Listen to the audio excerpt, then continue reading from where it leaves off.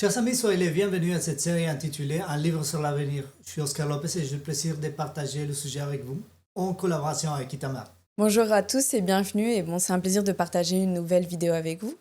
Et le titre de cette vidéo est La bête qui était, n'est plus et monte de l'abîme. C'est très intéressant et on va se lancer directement dans le sujet. C'est une graphique qu'on avait déjà présenté, Apocalypse 17, sur d'autres sujets et même sur cette série. Et c'est intéressant, Apocalypse 17 nous parle de beaucoup de choses, mais pour avoir une référence, on va parler de Daniel chapitre 2. Qu'est-ce que ça a à voir à Apocalypse 17 et Daniel chapitre 2? L'un est dans l'Ancien Testament, l'autre dans le Nouveau Testament. Mais en réalité, ces deux prophéties parlent de la même chose. C'est pour ça que c'est intéressant de travailler en tandem, en équipe, en groupe, pour pouvoir comparer les faits historiques. Donc Daniel chapitre 2, pour ceux qui ne connaissent pas, je vous invite à regarder dans notre chaîne, il y a des sujets là-dessus. Et Daniel chapitre 2 nous parle d'une vision de Nabuchodonosor qui, dans un rêve, a vu une statue qui était composée la tête d'or, la poitrine en argent, le torse en bronze, ensuite le fer, et le fer mélangé avec de l'argile. Et chaque étape représente un empire qui allait succéder à l'empire babylonien. Donc, on va se placer en Apocalypse 17, verset 3. Et il me transporta en esprit dans un désert, et je vis une femme assise sur une bête de couleur écarlate, pleine de noms de blasphème, et ayant 7 têtes et 10 couronnes. C'est très intéressant. Donc, allez, il y a beaucoup de choses dans ce passage, et comme d'habitude, on doit vraiment résumer, sinon on peut parler des heures, et tout le monde ne pourra pas suivre. Donc, l'idée, c'est de focaliser sur des détails les plus significatifs. Les 7 têtes, c'est quoi ces 7 têtes? Une tête, c'est un chef d'État, les têtes d'une organisation. Un dirigeant. C'est un dirigeant. Donc il y a 7 dirigeants aux 7 lignes directives aussi. Donc cette philosophie, et donc la première, c'est l'Empire babylonien, de l'an 605 à l'an 539. Ah, maintenant vous allez me dire, non, mais ce n'est pas les dates qui correspondent à l'Empire babylonien. Je dis oui, vous avez raison, parce que quand on se place d'un point de vue de la prophétie, il faut regarder les dates à partir desquelles le peuple de Dieu a été dominé par un autre pouvoir. Et ce sont ces dates qu'on vous donne dans cette ligne. Okay? Donc, le peuple de Dieu a été dominé de 605 au 539. Et en 539, le petit-fils de Nabuchodonosor, le roi Belchassar, a perdu le royaume. Et c'est les Mèdes et les Perses qui ont dominé par la suite. Et cette domination a duré jusqu'à l'an 331. Et en l'an 331, les Perses ont perdu la guerre contre les Grecs qui les ont dominés. Et cette domination, à son tour, a duré jusqu'au l'an 168. Et en l'an 168, le royaume de Juda a été dominé par les Romains. Okay? Et les Romains les ont dominés jusqu'à l'an 538 de notre ère. Là, on part en rouge, c'est les années avant Jésus-Christ. Ça, je ne vais pas préciser. Et je ne vais pas préciser non plus dans le sujet en espagnol, donc on fera une petite annotation dans la partie écrite. Et en bleu, les années après Jésus-Christ. Donc, l'année 538 de notre ère, où les Romains, ils perdent la domination, et ensuite, qui va dominer? C'est la Rome papale. C'est la Rome papale qui va dominer sur le territoire d'Europe. Donc, c'est la partie occidentale de l'Empire romain. Et la partie orientale, elle va se perdre et va être dominée par les Ottomans. Et la famille royale qui dominait dans l'Empire d'Orient, à Constantinople, ils vont fuir vers le nord et vers l'Orient et ils vont établir ce qui va se connaître par la suite comme la famille royale russe, donc les tsars de Russie, donc la famille royale. Donc voilà, ça c'est la suite. Ensuite, il y a en 1798 cet empire de la papauté sur l'Europe, c'est terminé. Comment ça se termine? C'est Napoléon qui envoie son général, le général Berthier, conquérir le Vatican et emmener en captivité le pape Pie VI. Et ça, c'est vraiment un détail très intéressant parce qu'à partir de là, on va dire que l'Église catholique et la papauté ne perdent pas tout son pouvoir géopolitique, mais ils commencent en déclin, mais en chute libre. Et ça les amène jusqu'à la question romaine. Bon, on va en discuter dans le prochain sujet. Mais la question romaine, c'était une condition dans laquelle les papes s'est considérés comme prisonniers du roi de Rome. Et il faisait ça pour protester et ne pas reconnaître le roi de Rome. Donc voilà. Et 1798, ça se termine. cette domination. Et c'est une période où la domination géopolitique est principalement reconnue sur le pouvoir des États-Unis. Donc c'est les États-Unis qui vont, on va dire entre guillemets, mener la danse et ils vont imposer les règles, mais ils vont aussi servir d'exemple pour beaucoup de peuples. Et un peu partout dans le monde, les États-Unis, ils sont copiés dans leur style de vie, dans leur mode, leurs habitudes, leur comportement, etc. Et il y a même des inspirations au niveau des lois. Par exemple, la loi antiterroriste, le Patriot Act aux États-Unis, a été copié aussi par d'autres nations. En France, ça s'appelle l'état d'urgence, mais c'est essentiellement la même chose.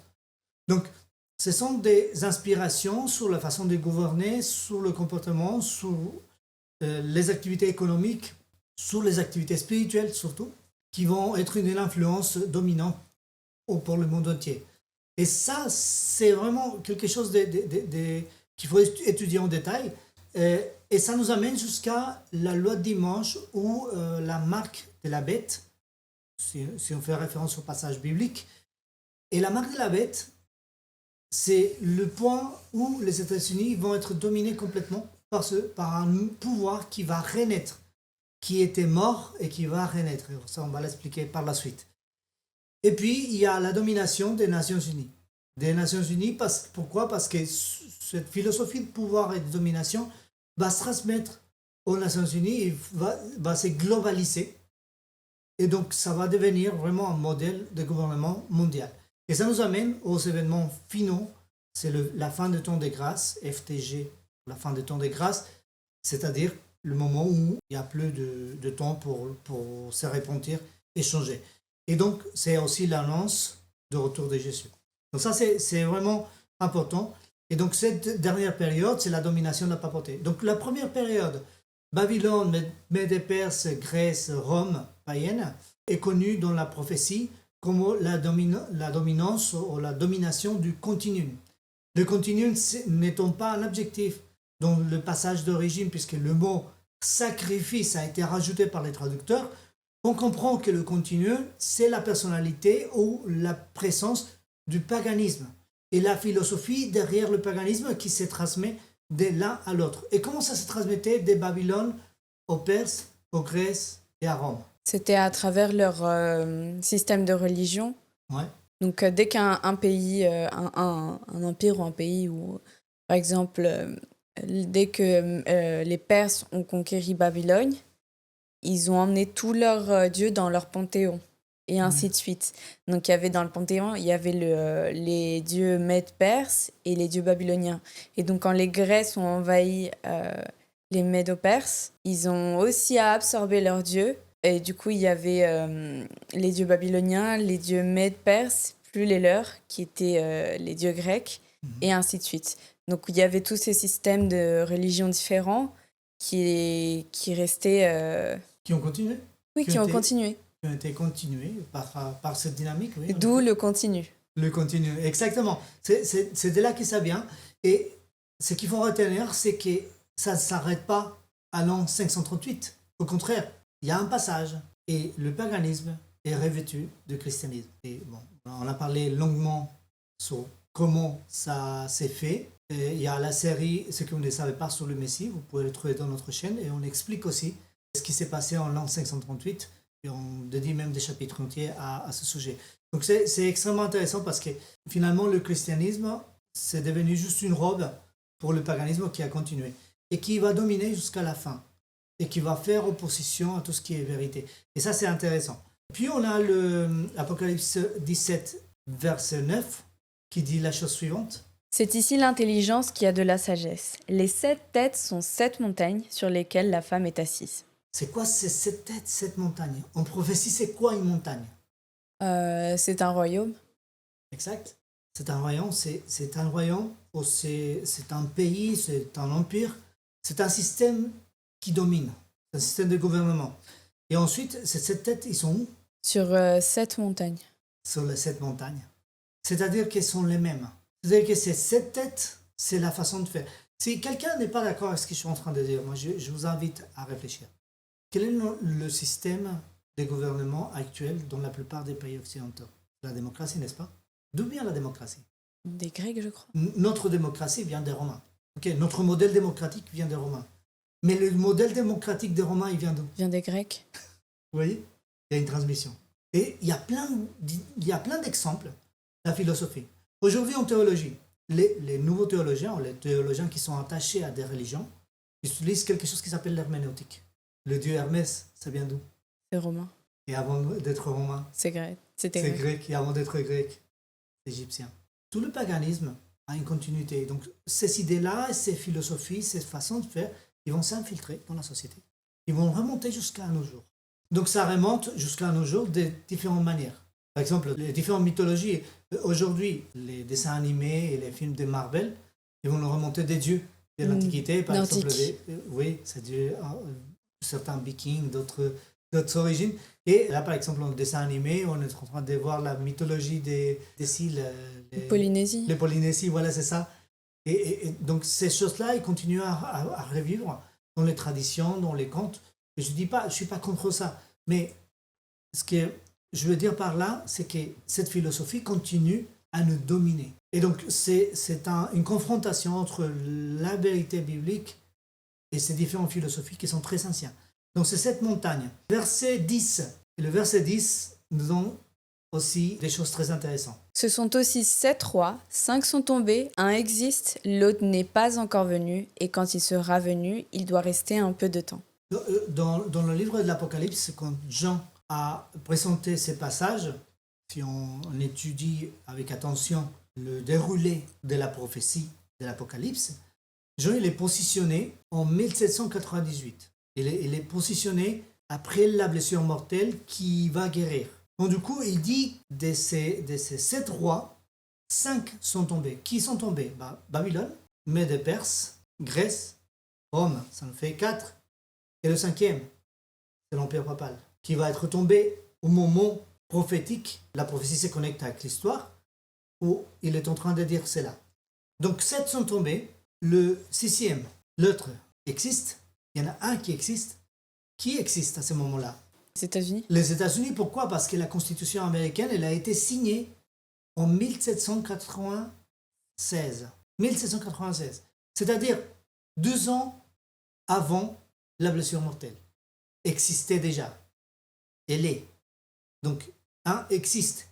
Et l'autre n'est pas encore venu. Qu'est-ce qui n'est pas encore venu? C'est un gouvernement mondial. C'est le dernier qui est mondial, c'est le gouvernement des Nations Unies. Ou une organisation similaire.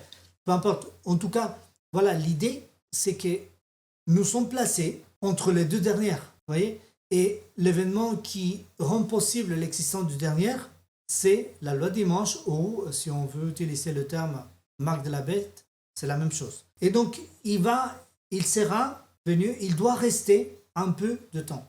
Okay, il ne va pas durer longtemps, mais il va quand même régner avec. Et ça, c'est intéressant sur cette analyse. On a déjà plein de sujets sur Internet, mais n'hésitez pas à revenir vers nous. Si vous avez des questions, on sera ravis de pouvoir répondre. Ok, on va continuer. Et si on lit dans Apocalypse 17, de 4 à 9, mais on ne va pas tout lire, j'aimerais qu'on se concentre sur le passage qui est écrit ici en jaune. Le texte dit « a été et n'est plus, elle doit monter de l'abîme et s'en aller en perdition ». Voilà, c'est un grand énigme pour beaucoup. Donc, qu'est-ce que ça veut dire tout ça? On va essayer de décrypter. Et donc, on va prendre comme référence notre graphique de base, celle qu'on vient de citer, d'Apocalypse 17. Et on va placer Apocalypse 17, verset 8. Et le verset 8, il s'organise comme ça. Donc, on a le paganisme dont la continuation est la papauté. Pourquoi? Parce que c'est le paganisme qui va s'habiller de christianisme pour continuer sous la forme de christianisme. Il y a un christianisme, mélange paganisme et christianisme, qui va dominer pendant 1260 années. Il y a plusieurs prophéties qui nous parlent de la même chose, et c'est vraiment accompli. Et la fin, c'est 1798, comme on l'a expliqué. Ok. Ensuite, il va dire qu'elle va être à nouveau, donc elle était de l'Antiquité, donc le continuum, jusqu'à 1798. Elle n'est plus.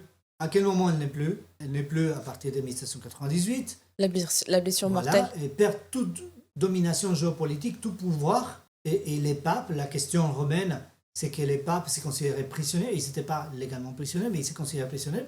C'est une façon de contester l'autorité du roi de Rome. en considérant que le Vatican était une prison et qu'ils étaient prisonniers. Ok. Ensuite, il va monter de l'abîme. Il va monter de l'abîme, c'est qu'il va restaurer, donc sous pouvoir, il va aller jusqu'à la fin. Et ça, c'est intéressant. Donc, c'est ce qu'on va décrire dans le prochain chapitre. Et on a un prochain chapitre qu'on a décidé d'intituler La route Des rats. La route des rats. Vous vous dites, mais qu'est-ce que c'est cette histoire de route des rats maintenant? C'est une enquête historique et prophétique autour de la façon dont ce pouvoir va être restauré. Il sera à nouveau, il va monter de l'abîme et il va aller à perdition. Donc, n'hésitez pas à suivre cette vidéo et la prochaine avec grande attention et vous n'allez pas être déçus, je vous l'assure. Donc là, on le voit en plus en détail et on peut dire qu'avant, il était vivant, il est mort en 1798 et il est ressuscité. Et le sujet de notre prochaine vidéo sera justement la résurrection de ce pouvoir. Et nous l'avons intitulé La route des rats parce qu'il y a un événement historique. Très bien. Et on va lire le verset 11. Et la bête qui était et qui n'est plus est elle-même un 8e roi. Et elle est du nombre des 7, et elle va à la perdition. Ok. Il est dans les 7 parce qu'il a toujours été présent depuis l'Antiquité avec l'Empire babylonien jusqu'à la fin. Il va continuer à être. Et le 8e n'est autre que la papauté qui va être là d'une manière ou d'une autre. Quand je parle de papauté, je parle d'un système qui va utiliser le pouvoir de l'État, un système religieux qui utilise le pouvoir de l'État pour imposer ses dogmes et ses lois. Et c'est très intéressant. Merci les amis, notre vidéo arrive à sa fin. Merci beaucoup pour votre attention. Merci Itamar pour nous avoir accompagnés aujourd'hui. Donc c'est un plaisir et vous restez à l'affût pour la prochaine vidéo qui est très intéressante. On va parler aussi d'un peu des faits historiques de la Seconde Guerre mondiale. Et donc voilà, on vous attend pour la prochaine vidéo. À la prochaine. Bye bye.